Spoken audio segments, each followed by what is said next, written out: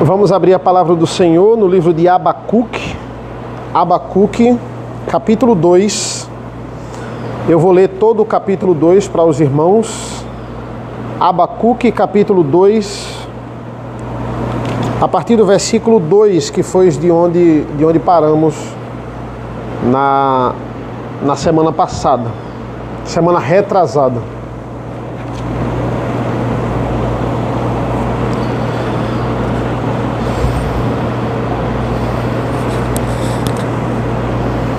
Assim diz a palavra do Senhor, a partir do versículo 2. O Senhor me respondeu e disse: escreva a visão e torne-a bem legível sobre as tábuas, para que possa ser lida até por quem passa correndo, porque a visão ainda está para se cumprir no tempo determinado. Ela se apressa para o fim e não falhará, mesmo que pareça demorar. Espere, porque certamente virá e não tardará. Eis que a sua alma está orgulhosa, a sua alma não é reta nele, mas o justo viverá pela sua fé. Assim como o vinho é enganoso, também o arrogante não se contém. O seu apetite é como a sepultura, ele é como a morte que nunca se farta. Ele ajunta para si todas as nações e congrega todos os povos. Não é fato que todos os povos proferirão contra ele um provérbio, um dito em tom de zombaria? Eles dirão: ai daquele que acumula o que não é seu. Até quando? E daquele que se enche de coisas penhoradas, será que não se levantarão de repente contra os seus credores e não despertarão aqueles que farão você tremer? Você lhe servirá de despojo, visto que você despojou muitas nações. Todos os povos que restaram virão despojá-lo, porque você derramou muito sangue e cometeu violência contra a terra, contra as cidades e contra todos os seus moradores. Ai daquele que ajunta em sua casa bens maus adquiridos para pôr o seu ninho no lugar bem alto, a fim de livrar-se das garras do mal. Os seus planos resultarão em vergonha para a sua casa. Ao destruir muitos povos, você pecou contra a sua própria vida, porque as pedras das paredes clamarão contra você e as vigas do madeireiro farão eco. Ai daquele que edifica uma cidade com sangue e a fundamenta na iniquidade. Será que não é a vontade do Senhor dos Exércitos que os povos trabalhem para o fogo e que as nações se fatiguem em vão? Porque a terra se encherá do conhecimento da glória do Senhor, como as águas cobrem o mar. Ai daquele que dá ao seu companheiro vinho misturado com o seu furor, e que o embebeda para lhe contemplar a nudez. Você ficará coberto de vergonha em vez de honra. Beba você também e mostre a sua incircuncisão. Chegará a sua vez de pegar o cálice da mão direita do Senhor, e a sua glória se transformará em vergonha, porque a violência contra o Líbano cairá sobre você, e você ficará apavorado por ter destruído os animais, porque você derramou muito sangue e cometeu violência contra a terra, contra as cidades e contra todos os seus moradores. Para que serve o ídolo, visto que o seu artífice o esculpiu? E de que serve a imagem de fundição, mestra de mentiras, para que o artífice continue a sua obra fazendo ídolos mudos? Ai daquele que diz a madeira acorde e a pedra muda levante-se. Pode o ídolo ensinar? Eis que está coberto de ouro e de prata, mas no seu interior não há fôlego nenhum. O Senhor, porém, está no seu santo templo. Cale-se diante dele toda a terra. Meus amados irmãos, estamos contemplando o livro de Abacuque, esse livro que fala sobre, de fato, sofrimentos, sobre dor e sofrimento, sobre como lidar com a dor, como lidar com o sofrimento. Aqui o profeta, ele está angustiado.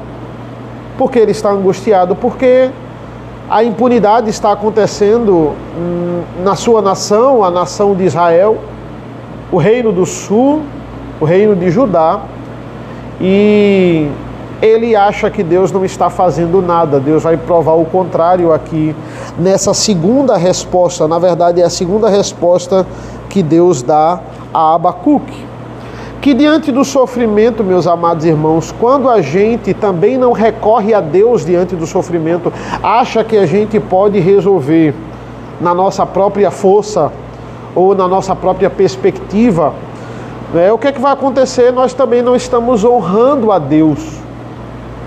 É uma forma de não honrar a Deus quando a gente não entrega a Deus o sofrimento que Ele mesmo decretou sobre as nossas vidas, para que a gente amadureça. Porque todo sofrimento que vem na nossa vida é para que de alguma forma a gente amadureça. A gente tem um capítulo longo aqui de Abacuque, o capítulo 2. Nós não vamos expor ele versículo a versículo, até porque isso não é um sermão, é mais um estudo. A gente vai passear aqui por esses versículos e também por outros versículos para a gente entender mais qual é o sentido do texto aqui, de fato, de Abacuque. A gente viu que diante da primeira resposta que Deus deu a Abacuque nos versículos 5 ao versículo 11 do capítulo 1, a primeira resposta que Deus disse, né?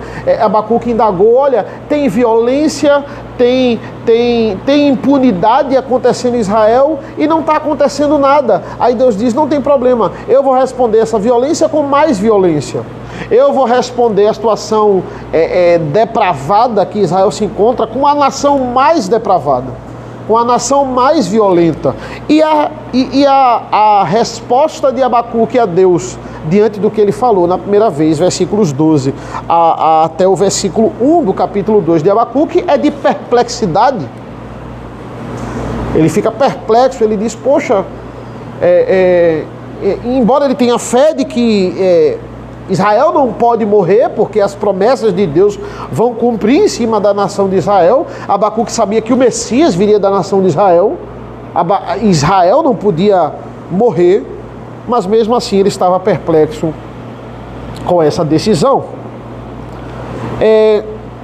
O Salmo 1, versículo 6, vai dizer assim: pois o Senhor conhece o caminho dos justos, mas o caminho dos ímpios perecerá. O que é que significa, irmãos, esse conhecer? O Senhor conhece o caminho dos justos, mas o caminho dos ímpios perecerá. Será que Deus não conhece o caminho dos ímpios? Não sabe o que eles vão fazer? Só conhece o caminho dos justos? Só sabe as decisões que os justos vão tomar? Ele não conhece o que o ímpio vai fazer? Quando Jesus disser assim aos ímpios: eu não vos conheço, é porque Deus nunca conheceu eles, nunca soube o que eles iriam fazer. Ah não, eles vão ser ímpios, eu vou deixar eles fazendo o que quiser, porque eles vão continuar sendo ímpios, fazendo o que eles quiserem. Eu vou conhecer de fato e eu vou decretar de fato o que o salvo vai fazer, mas eu não vou decretar o que o ímpio vai fazer e a forma como o ímpio vai cair. Eu só sei que ele vai cair porque eu não guio a vida dele. Ele não conhece o ímpio. Será que é isso? Não, meus irmãos. Ele conhece, ele decretou tudo que vai acontecer na vida do ímpio, assim como na vida do salvo. Então, o que é esse conhecer do Salmo 1, versículo 6? É uma relação de intimidade, é uma relação de amor que Deus tem com o justo e não tem com o ímpio. Quando eu digo que José não conheceu Maria antes de Jesus nascer, é porque José não sabia quem Maria era? Não, é porque José não tinha um relacionamento de amor com Maria, não teve um relacionamento de amor afetivo com Maria, não coabitou com ela, digamos assim, antes de Jesus nascer, para deixar claro que ela era uma virgem. Então esse conhecer, biblicamente falando, não é saber sobre, mas sim relacionamento de amor. Como é que Jesus vai dizer assim: apartai-vos de mim, vós que praticais a iniquidade, eu não vos conheço? Como é que Deus não conhece se Ele está dizendo que eles praticam iniquidade? Se está dizendo que eles praticam iniquidade, é porque conhece. Como é que está dizendo que não conhece? É porque esse conhecimento não é saber, é relacionamento de amor. O que Deus está mostrando aqui, meus irmãos, no capítulo 2 de Abacuque, é que ele conhece a Babilônia. Foi ele que levantou a Babilônia para ir contra Israel. Ele sabe quem é a Babilônia. Ele tem convicção disso. E ele decretou o fim da Babilônia, que é diferente de Israel. Ele está dizendo a Abacuque assim: Abacuque, eu não estou confundindo a Babilônia com Israel. Eu sei quem é a Babilônia, eu sei quem é Israel. E eu decretei o fim da Babilônia. E vai ser diferente do desfecho que eu vou dar para Israel. Israel não vai ser aniquilada. Essa é a ideia aqui. Então a grande confusão na cabeça de Abacuque é: o Senhor vai mandar uma nação para aniquilar a gente vai ser aniquilado? Não, vocês não vão ser aniquilados. Primeiro, no versículo 2, ele diz assim: Abacuque, registre o que eu vou falar. Versículo 2 do capítulo 2. Eu quero que fique bem legível nas tábuas, para que aquele que passa correndo, ele possa ler o que está aqui. Eu quero que você registre o que eu vou falar. E eu quero que fique claro no sentido de, é um modo de dizer, mas quem passar correndo vai entender o que está falando aqui. E a gente costuma dizer que a justiça tarda, mas ela não falha, né? A justiça tarda, mas não falha. A palavra de Deus nem tarda nem falha. É isso que ele diz no versículo 3. Olha, no tempo determinado, isso vai acontecer. Mesmo que pareça demorar, espere, porque certamente virá e não tardará. Tarda para a gente que está esperando muito e não sabe como Deus vai fazer e quando Ele vai fazer. Mas não tarda para um Deus que decretou todas as coisas. Aqui nós temos a evidência doutrinária de um Deus que decreta todas as coisas. Então escreva o que eu vou dizer, para você ver que exatamente o que você escrever vai acontecer. E eu não vou fazer a mesma coisa com Judá com o que eu vou fazer com a Babilônia. Versículo 4 ele diz: eis que a sua alma está orgulhosa, a sua alma não é reta nele. Ele está falando de quem aqui? A sua alma não é orgulhosa, a sua alma é orgulhosa, perdão. Ele não está falando de uma pessoa especificamente. Ele está falando da Babilônia. Ele está dizendo: eles são orgulhosos, mas eles vão cair neste orgulho. Olha o que ele diz no versículo 6. Ai daquele que acumula o que não é seu. Ele está falando da avareza dos babilônicos. E essa expressão ai é uma expressão muito pesada. Quando Deus está muito irado, Ele fala esse ai. Ai daqueles. Ai de vocês que continuam nessa iniquidade. Irmãos, vejam como os babilônicos, eles eram avarentos. A avareza deles era muito grande. E Jesus vai usar dessa avareza, digamos assim, para os seus propósitos. É um texto bastante difícil, mas é um texto propício para esse momento. Só para a gente vislumbrar um pouco da avareza dos babilônicos. Abram, por favor, em Ezequiel 29, por favor. Ezequiel 29. A partir do versículo 17, veja o que diz a palavra do Senhor. Ele está decretando aqui o fim do Egito.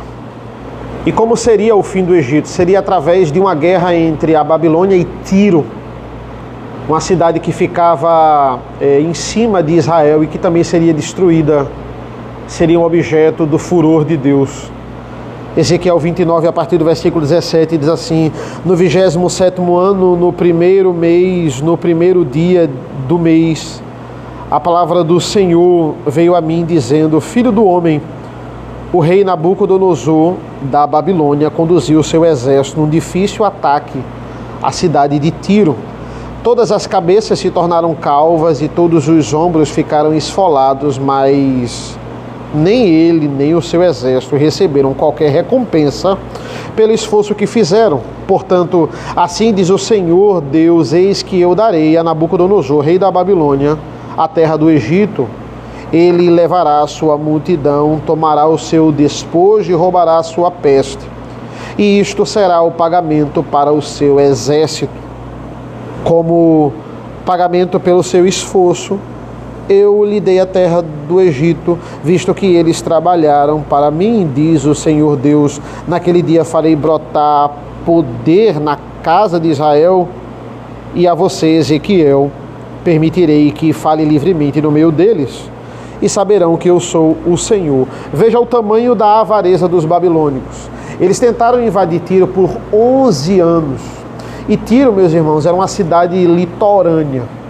Ou seja, tinha mar e terra para invadir. É muito mais difícil você invadir uma cidade litorânea do que uma cidade onde só tem terra ao redor. Porque aí é só você cercar e não tem problema nenhum. Não, numa cidade litorânea, se você só cercar pela terra, eles fogem para o mar. Se vocês só cercarem pelo mar, eles adentram na terra. Então tem que ter uma estrutura e um financiamento muito forte para você invadir uma cidade litorânea, certo? É mais difícil invadir Recife, é mais difícil invadir o Rio de Janeiro do que invadir qualquer cidade lá de Cuiabá, lá do Mato Grosso. Certo? Por quê? Porque é mais complicado, né? É uma cidade toda rodeada de terras, né? Então, aqui não, aqui é mar e terra. Tiro era a mesma coisa. Então você tem que ter uma estrutura muito forte naval e uma estrutura muito forte também de infantaria, digamos assim, né? Por terra, um exército terrestre muito, muito forte. Napoleão, por exemplo. Napoleão não era muito bom no mar, mas ele era bom em terra. Em terra ele era imbatível. Então cidades litorâneas eram mais complicadas para Napoleão. Aqui é a mesma situação. Aqui eu tenho Tiro, que eles demoraram, sabe quantos anos foram para invadir Tiro? 11 anos para invadir Tiro. Ele está dizendo, ó, toda a cabeça se tornou calva e todo o ombro ficou praticamente esfolado, porque foi muito difícil. E quando eles entraram na cidade de Tiro, o que foi que Tiro tinha feito quando sabia que ia ser invadida, já perto ali dos 11 anos, pegou todo o tesouro deles e jogou no mar. Tudo. Não ficou um brinco de bijuteria para o povo babilônico quando eles entraram depois de 11 anos tentando invadir Tiro. Nada. Tudo foi para o mar, ele não teve nada. Aí veja como Deus faz, veja a linguagem de Deus em Ezequiel 29. É por isso que nos mostra aqui que ele é um Deus de fato que decreta, irmãos, todas as coisas. Porque ele está dizendo assim no versículo 20: como pagamento pelo seu esforço, eu lhe dei a terra do Egito. Veja, eu não gostei que Tiro fez isso para os babilônicos, não. Eu vou dar um salário ao ímpio por ele ter invadido outro ímpio. Deus está usando o ímpio para subjugar outro ímpio. E ele diz, eu não gostei que eles tiveram o salário deles, não. Vou fazer o seguinte, eu vou fazer eles com toda a raiva de ter entrado Tiro e não ter achado nada, eles descerem para o Egito e punirem e pegarem todo o tesouro do Egito, porque lá tinha muito tesouro. Eu vou dar o pagamento a Nabucodonosor. Eu vou dar o pagamento ao ímpio. É Deus usando o ímpio para destruir dois ímpios, Tiro e o Egito. E eles vão ter o pagamento através do Egito. E esse é o fim do Egito. Do grande Império Egito, não que o Egito não tenha existido hoje. Esse é o tamanho da avareza dos babilônicos. Eles são muito avarentos. E agora em Abacuque, Deus está decretando o final dos babilônicos. Como ele vai fazer em outros profetas, mas ele está dizendo, eu vou pegar ele pelas suas avarezas. Vai vir um império mais poderoso e vai fazer a mesma coisa que eles faziam. Que é o que? Tirar o dinheiro deles. É isso que o Império Persa vai fazer contra os babilônicos. Então é Deus, veja, Deus está trabalhando e Deus, tudo está no seu controle. Nada foge do controle de Deus. Lembre que a porta de entrada para os babilônicos de Israel, para os babilônicos saberem que o povo de Israel tinha dinheiro, está justamente na palavra de Deus. Abra aí comigo, abra em 2 Reis, por favor.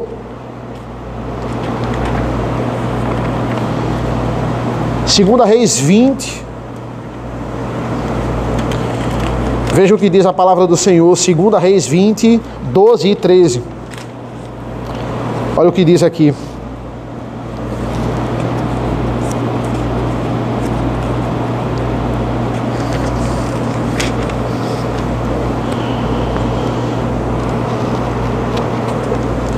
A partir do versículo 12, 2 Reis 20. Nesse tempo, Merodach-Baladã, filho de Baladã, rei da Babilônia, enviou cartas e um presente a Ezequias, porque soube que ele havia estado doente. Ezequias recebeu bem os mensageiros e lhe mostrou toda a casa do seu tesouro, a prata, o ouro, as especiarias, os óleos finos e o seu arsenal e tudo o que havia nos seus tesouros. Não houve nada em seu palácio, nem em todo o seu domínio, que Ezequias não lhe mostrasse. Deus tinha decretado para todo o rei de Israel que não se relacionasse com o ímpio. Ezequias recebe mensageiros babilônicos e mostra o que os babilônicos mais gostavam: tesouros. Essa é a porta de entrada para os babilônicos terem entrado em Judá, querer invadir Judá. Eles têm tesouros. E Ezequias, aquele que recebe 15 anos de vida, mas depois não se preocupa mais com nada, nem cuidar da sua família. Seu próximo filho é um homem chamado Malaquias, que é truculento, terrível. Ele vai cometer esse grande erro, que é mostrar os tesouros para quem ele achava que poderia se relacionar, poderia fazer uma boa política. E claro, os babilônicos avarentos. Agora Deus está dizendo em Abacuque: eu vou pegá-los na sua própria avareza. Vocês serão avarentos. E como eu disse, a gente não vai expor aqui detalhadamente, mas o que a gente tem aqui é uma poesia hebraica. A partir do versículo 6, eu tenho uma maravilhosa poesia hebraica, tudo bem detalhado aqui, irmãos, tudo bem estruturado. Dos versículos 9 a 14, não é? Do 6 aqui ao 8, ele vai falar da avareza dos babilônicos. Do 9 ao 14, ele vai falar da violência dos babilônicos.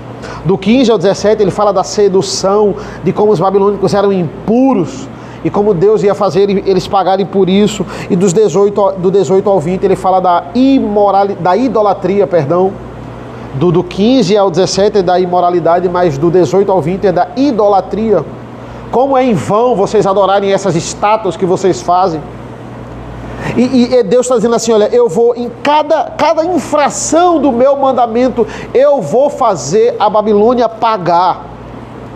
Eu vou fazer de fato ela pagar. Mas eu queria destacar, irmãos, 2 versículos aqui que são muito importantes nessa passagem.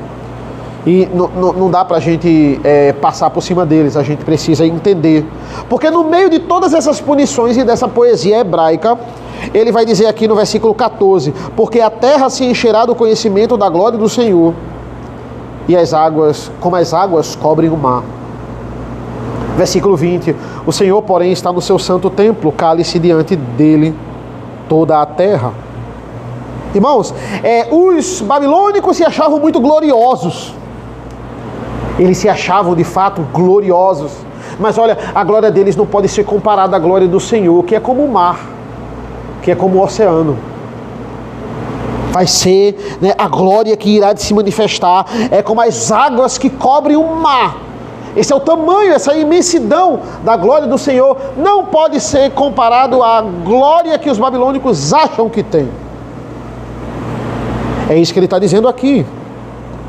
E o último versículo desse capítulo vai dizer: o Senhor, porém, está no seu santo templo, cale-se diante dele toda a terra. Esse versículo muitas vezes é usado no início dos cultos, não é?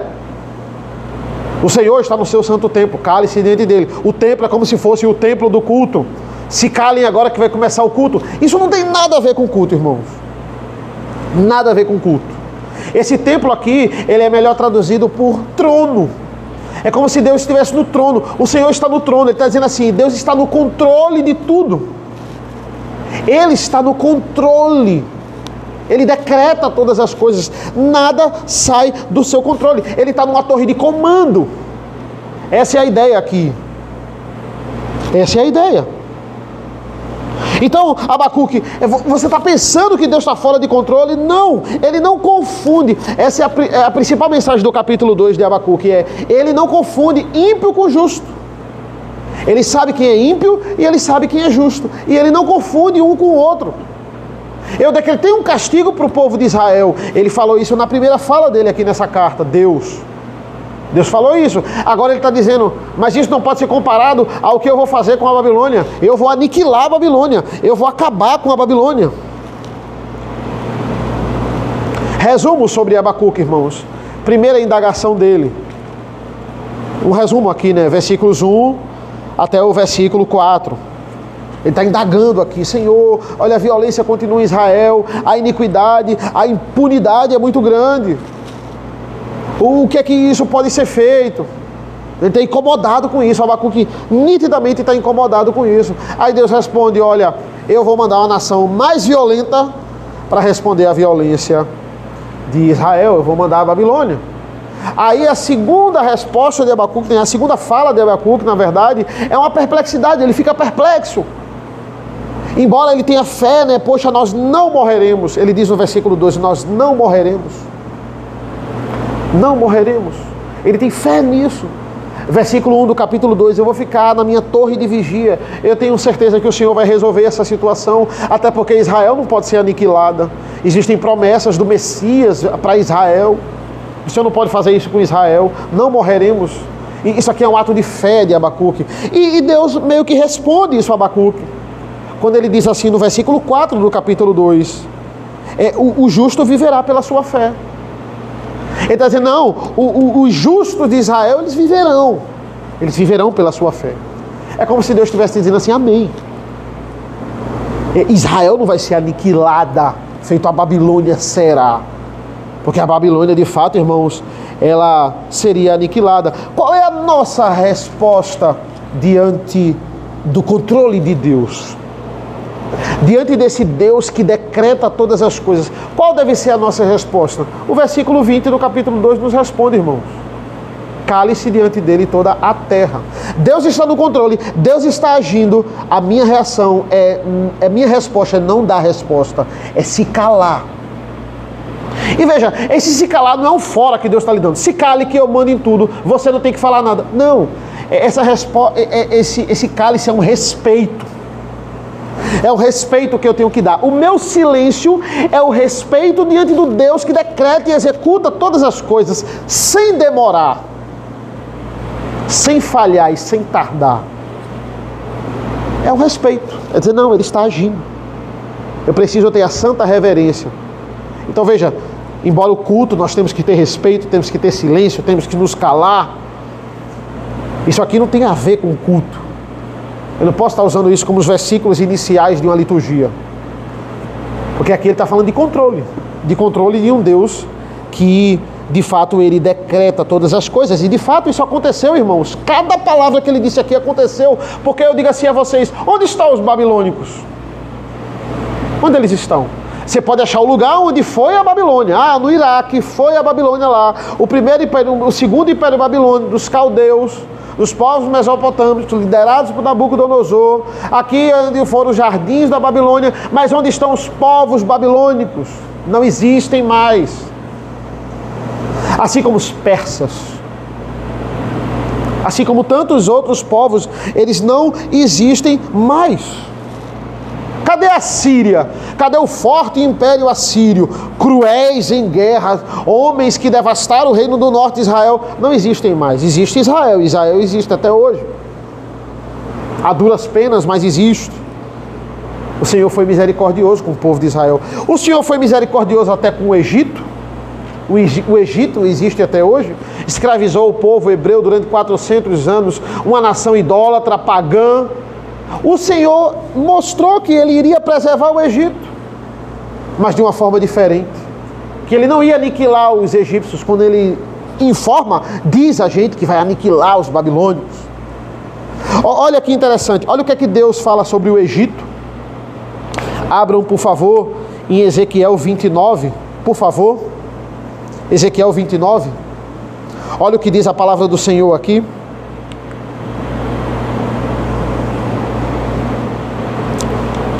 Ezequiel 29, 12 ao 16, irmãos. Ele fala sobre o fim do Egito. Ele vai dizer assim: porque tornarei a terra do Egito em desolação no meio de terras desoladas.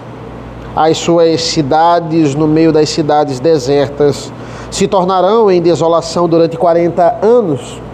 Dispersarei os egípcios entre as nações e os espalharei por todas as terras. Ele está dizendo, olha, depois que os babilônicos invadirem o Egito, eles vão acabar durante 40 anos. Vai acabar o Egito. Eles vão se dispersar. Vai acabar a nação. Mas, versículo 13...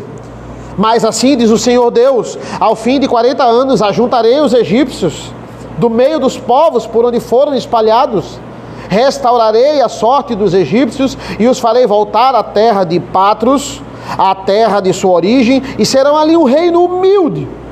O Egito se tornará o mais humilde dos reinos e nunca mais se exaltará sobre as nações. Eu os diminuirei para que não dominem sobre as nações. A casa de Israel nunca mais porá sua confiança no Egito. Confiança essa que me traria à memória a iniquidade de Israel quando se voltava ao Egito em busca de socorro. Então eles saberão que eu sou o Senhor Deus. Olha, eu vou restaurar o Egito, mas eles vão ser um reino tão humilde, que Israel não vai nunca pensar em querer se aliar ao Egito, nunca mais, porque eles vão ser muito humildes. Irmãos, o Egito nunca mais foi o Egito da antiguidade, até hoje, até 2025, nunca mais ele foi o reino que ele foi quando escravizou o povo hebreu, nunca mais. Ele sempre foi um reino humilde, ninguém nunca quis contar com o Egito.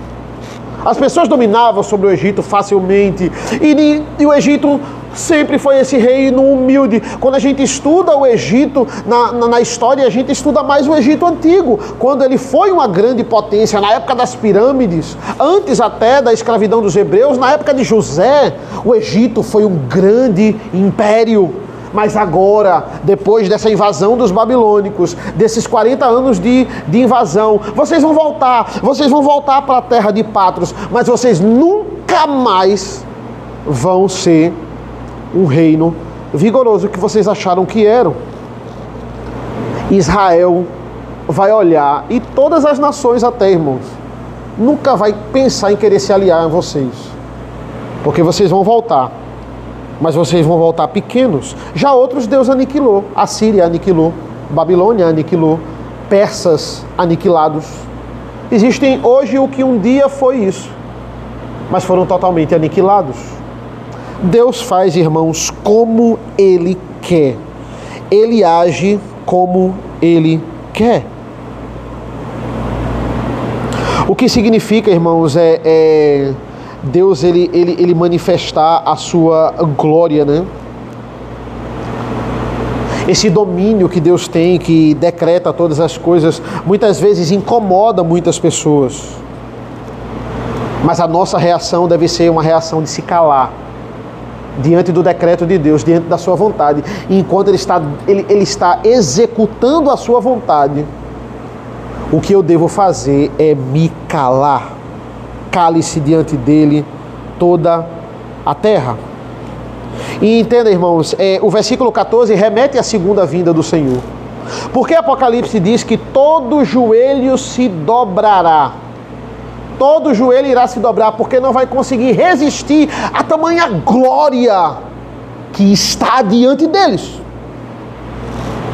Olha, a glória do Senhor, vocês podem pensar, babilônios, que vocês têm glória, mas a glória do Senhor é como as águas que cobrem o mar. É imenso, é uma grande imensidão. Jesus vai dizer que o reino está em cada um de nós, lá em Lucas 17. Mas esse reino que está em cada um de nós, ele irá se manifestar, ele será visível. Esse reino invisível será visível. E a igreja invisível se tornará visível também. Os embaixadores serão identificados. Entender que Deus está no controle, meus irmãos, deve nos animar. Por quê? Porque eternamente estaremos com Cristo. Isso é muito animador. A história não é cíclica. A história não é cíclica. A história tem um fim. Ela tem um início, meio e fim. E isso deve nos animar. Eu não posso deixar de mencionar essa série, irmãos. Eu tento não falar de coisas, né? E vocês sabem que eu consigo. Eu não falo mais tanto de filmes, né? Mas dessa vez eu não posso escapar. A série Dark da Netflix. Não é fazendo propaganda não, mas é a melhor série que eu já vi na minha vida.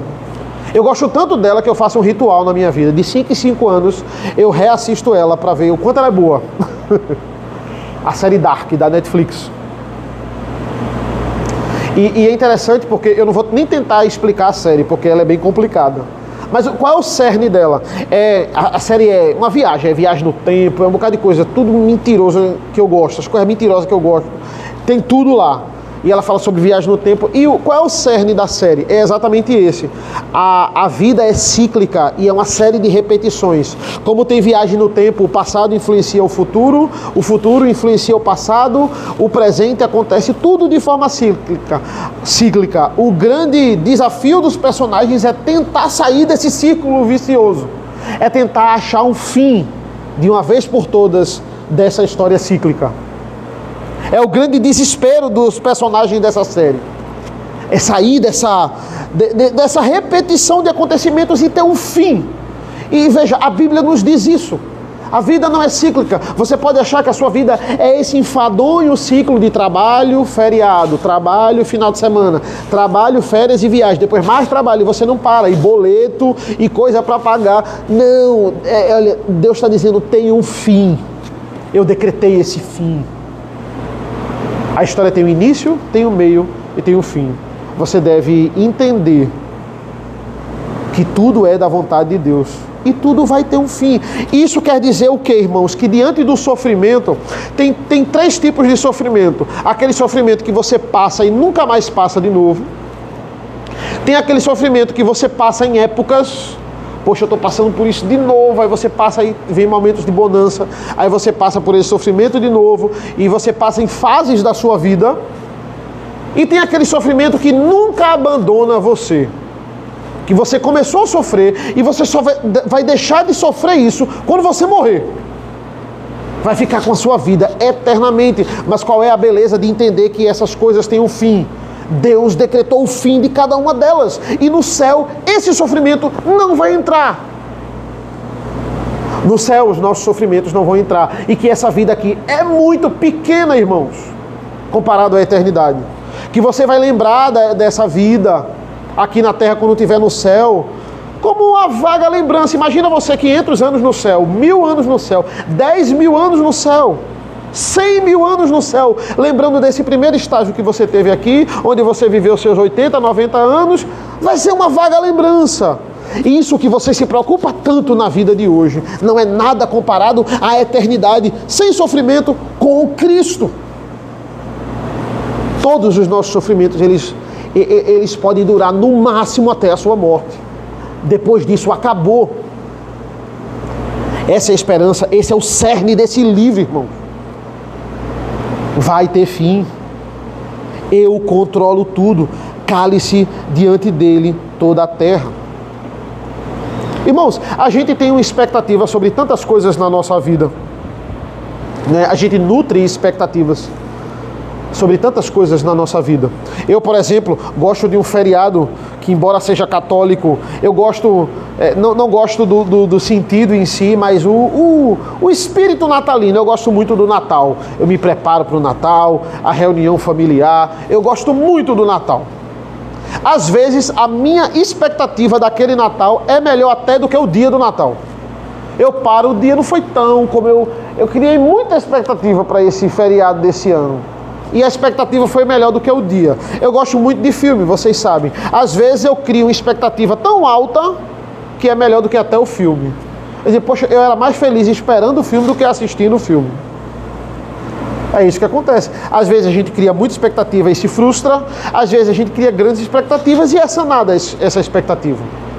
Se você cria expectativa para uma viagem, se você cria expectativa para o Natal, para um feriado, para férias, para o seu aniversário, por que você se planeja para a viagem? Você está feliz porque você está na expectativa. Por que você não cria expectativas para o céu?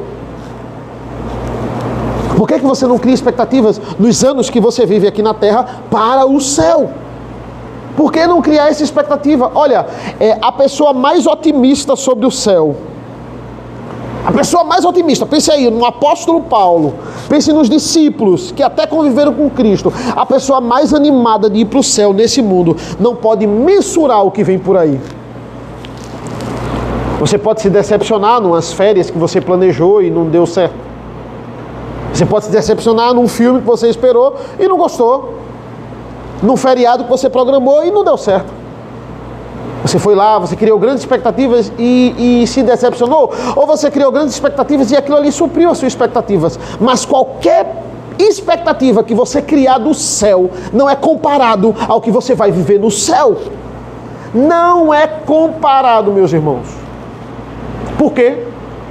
Porque a gente não pode nem imaginar o que a gente vai viver no céu. O que Deus está preparando para nós. A Bíblia lhe garante, você pode criar grandes expectativas para o céu. Por quê? Porque Deus está no seu santo templo. Porque Ele controla todas as coisas. Ele já decretou a sua salvação. Ele já decretou a nossa salvação. Então esse é o nosso Deus. Nossos sofrimentos, nossas tristezas, elas têm data de validade. Que essa mensagem, irmãos, ela possa consolar o seu coração. Que ela possa falar para você, para todos nós. Deus abençoe.